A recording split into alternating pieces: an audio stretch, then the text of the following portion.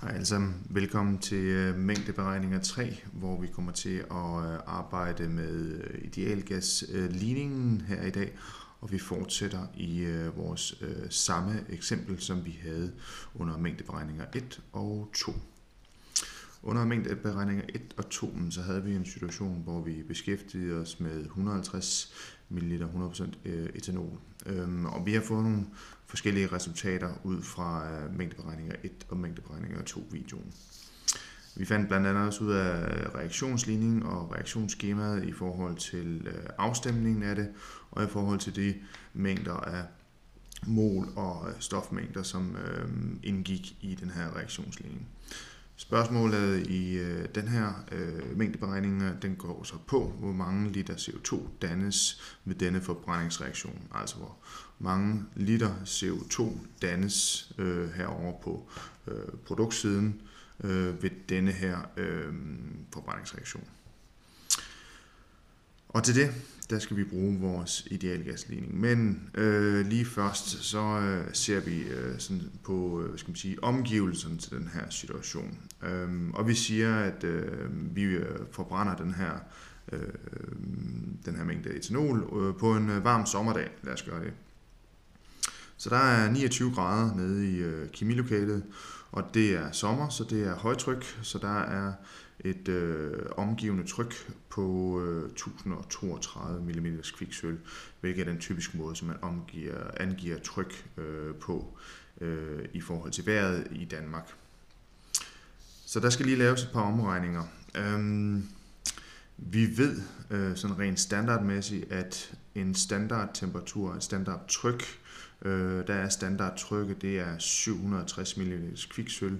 Det giver 1,01325 bar. Så vi skal ligesom have omregnet det her tryk til en anden, den bar, som vi skal bruge i vores idealgasligning. Så til at gøre det, så har vi jo først, at 750 ml kviksølv, det er lige med de her 1,01325 bar. Og så skal vi så finde ud af, hvad det ukendte tryk er i bar.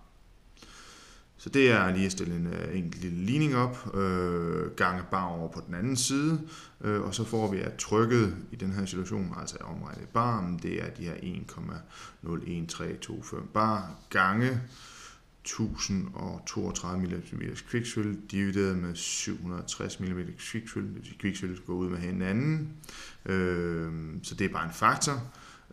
Så det får vi, at trykket i bar i den her situation, det er 1,376 bar. Ligeledes med vores temperatur, den er opgivet i grader Celsius, og i vores idealgasligning, så bruger vi jo Kelvin. Og det kan I også se forklaringen på her i forhold til Kelvin. Og Kelvin, det er jo en anden måde at opgive temperaturen på, og det er den typiske måde, som vi bruger i kemi. Der bruger vi Kelvin. 273 Kelvin, det svarer til 0 grader Celsius, det vil sige det absolutte nulpunkt, hvor der er 0 Kelvin, det er minus 273 grader Celsius. Så det er sådan lidt lettere omregning. Så vi har jo de her 29 grader, det er en varm sommerdag, så det er de her 29 grader, der vil også svare til 29 Kelvin, plus 0 grader, som vi har her. 0 grader Celsius er lige med 273 Kelvin, så dem lægger vi jo bare sammen, og det giver 302 Kelvin. Godt, så har vi så alle, de dele, der indgår i vores idealgasligning. Vi har trykket, det omgivende tryk, vi har volumen, som vi mangler at skulle finde, det er den eneste ukendte, stofmængden, men den har vi jo fra tidligere beregninger, her vi ved, at stofmængden er 5,14 mol. Vi har gaskonstanten, det er jo en konstant, og vi har den nye temperatur, som er de 302. Så det handler bare om at rykke lidt rundt på ligningen og isolere volumen på den ene side, så det er divideret med P på begge sider. Så får vi volumen er lige med stofmængden gange gaskonstanten gange temperaturen divideret med trykket. Så er det at indsætte tallene. Det var de 5,14 mol, der var stofmængden. Gaskonstanten 0,0831 bar gange liter divideret med mol divideret med Kelvin gange 302 Kelvin divideret alt sammen med 1,376 bar.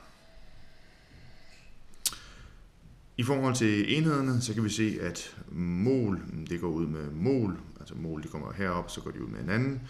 Kelvin går ud med Kelvin.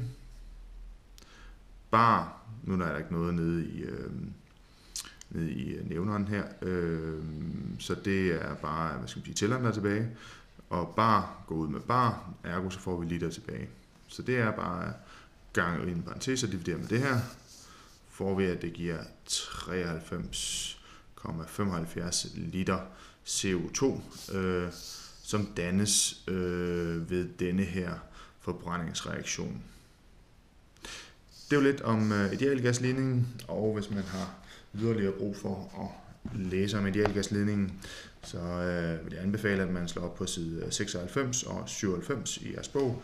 Her står både om idealgasledning, plus der er eksempler på beregningerne, og ellers så er I velkommen til at spørge i timerne.